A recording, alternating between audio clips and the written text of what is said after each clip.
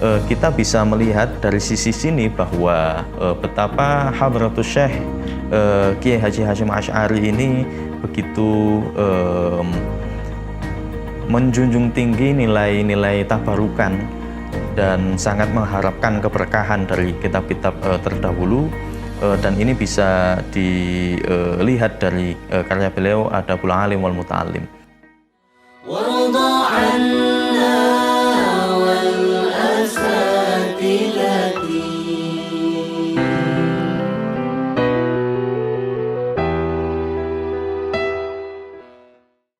Assalamualaikum warahmatullahi wabarakatuh.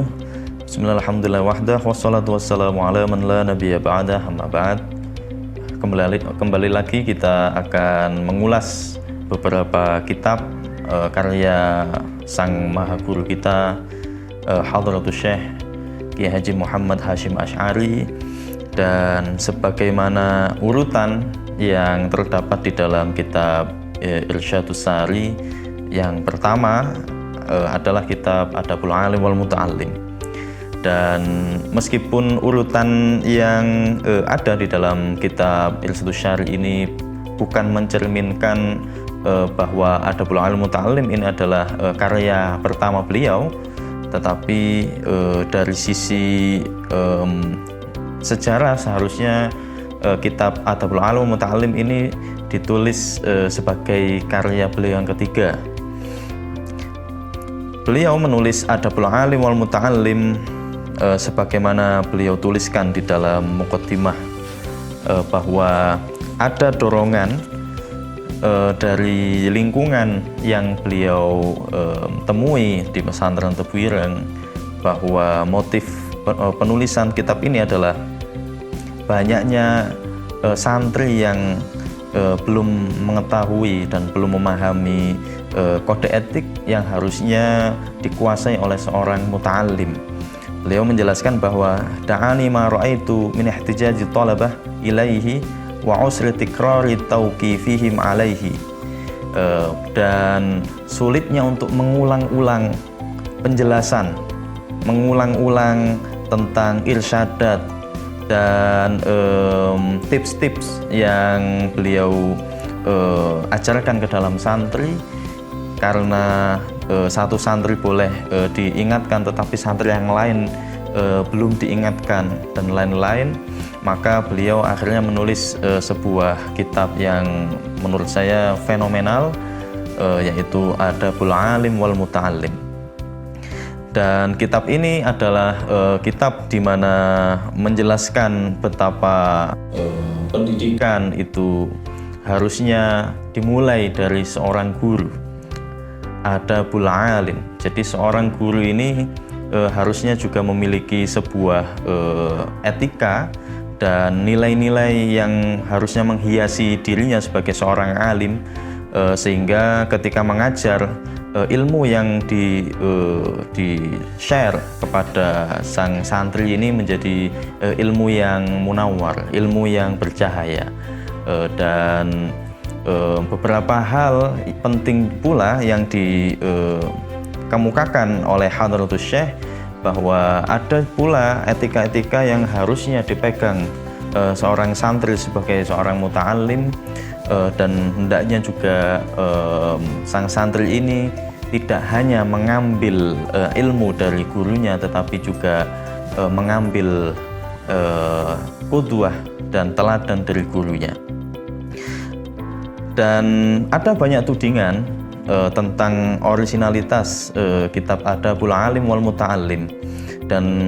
tudingan ini sebenarnya sudah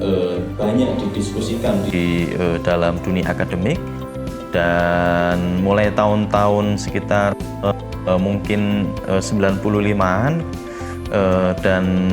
hingga saat ini isu tentang originalitas Adabul Alim wal Muta'allim masih hangat untuk dibicarakan. Setidaknya ada pendapat bahwa Adabul Alim wal Muta'allim ini adalah sebuah ringkasan atau khulasah resum yang dibuat oleh Kiai Hasyim Asy'ari dari kitab yang ditulis oleh Syekh Ibnu Jamaah yang berjudul Tadhkiratus Sami' wal Mutakallim fi bayani fi adabil alim wal muta'allim. Dan banyak hal kemiripan dan irisan yang ditemukan antara kitab Adabul Alim wal Muta'allim dan Tadhkiratus Sami' wal Mutakallim. Nah, ketika beberapa tahun lalu ada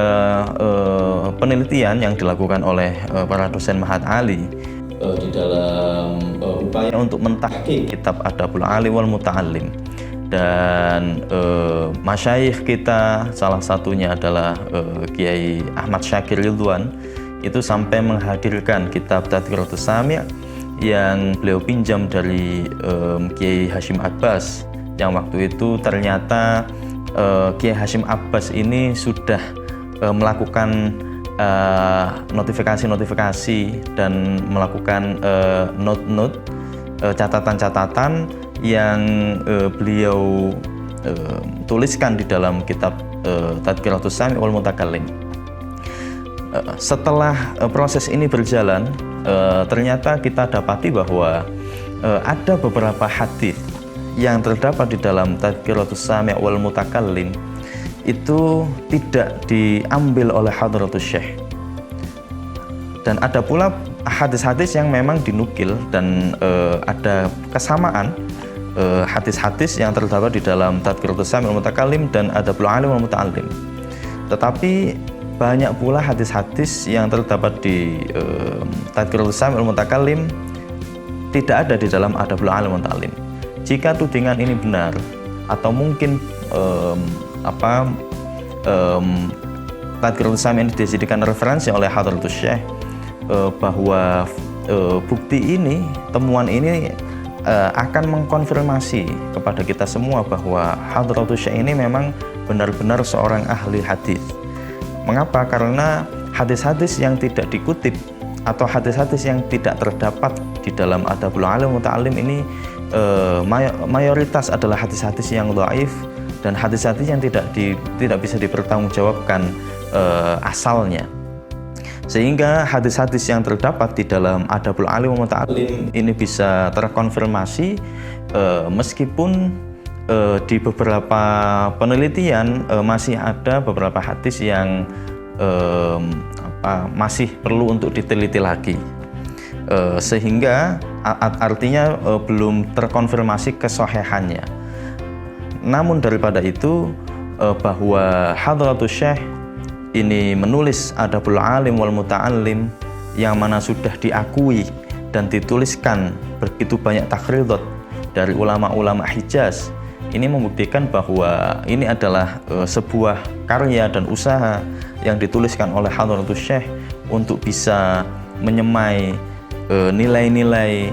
etis yang harusnya dimiliki oleh seorang guru dan seorang murid. Yang kedua,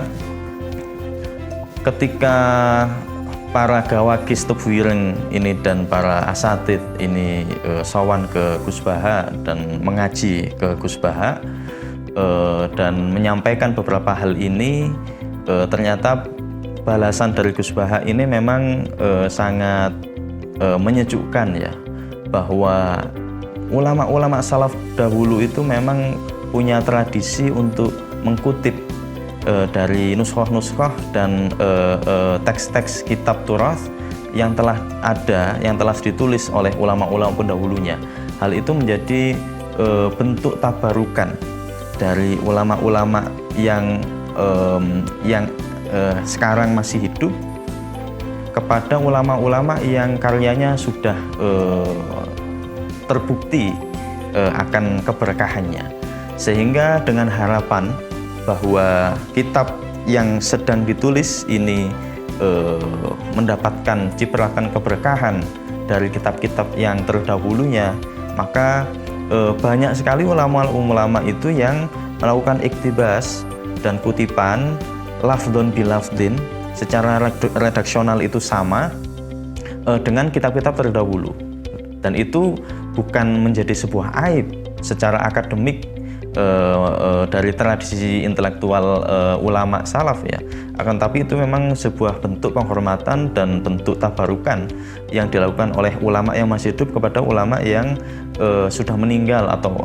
kepada gurunya gitu. Sehingga kita bisa melihat dari sisi sini bahwa betapa Hadratus Syekh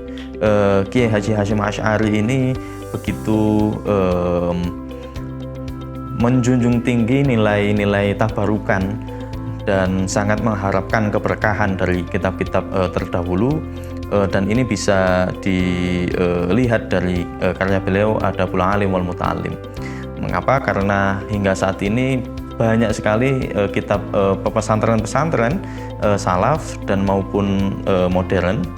ini yang menjadikan kitab Adabul Alim wal Muta'allim ini sebagai bahan ajar. Selanjutnya, karena Adabul Alim wal Muta'allim ini menjadi masterpiece dari sekian kitab yang dituliskan oleh Hadratus Syekh Hasyim Asy'ari, dan ini juga menjadi menarik karena di tahun 93 ketika kitab ini selesai ditahqiq dan juga pernah pula diterjemahkan oleh Kiai Haji Ahmad Mustafa Bisri, Gus Isom sang editor juga membaca kitab ini di Masjid Tebuireng, dan informasi yang beliau sampaikan bahwa kitab ini ternyata pernah diteliti menjadi penelitian di Amerika Serikat, dan kitab ini juga memberikan wacana baru kepada orang Barat bahwa sebuah kegiatan pedagogik seperti belajar mengajar ini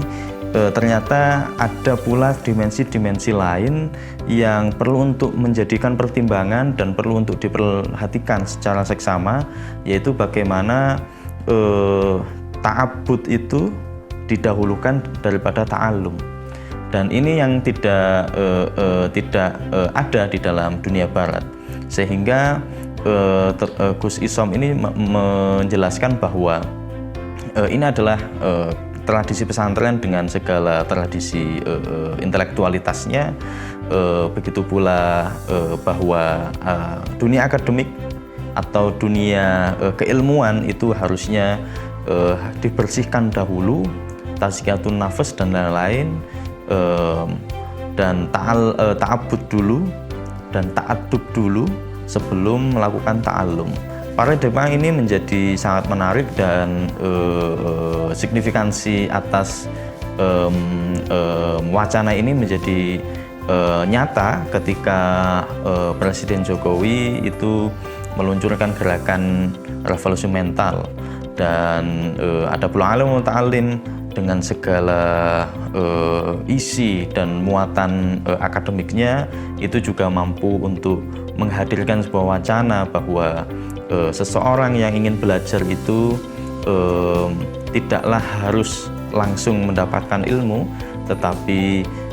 bagaimana sang murid ini bisa membuka hatinya terlebih dahulu dan membersihkan hatinya sebelum menerima ilmu, sehingga ilmu yang diumpamakan sebagai nur atau cahaya itu mampu untuk menyelam dan mampu untuk menetap di dalam hati yang bersih pula, sehingga keilmuan yang diterima itu menjadi berkah dan mampu menyinari sekitarnya. Saya kira ini beberapa hal penting yang menjadi catatan di dalam kitab Adabul Alim wal Muta'allim. Semoga yang singkat ini bisa menjadi inspirasi untuk kita semua. Sekian, wallahul muwaffiq ila aqwamit thoriq. Wassalamualaikum warahmatullahi wabarakatuh.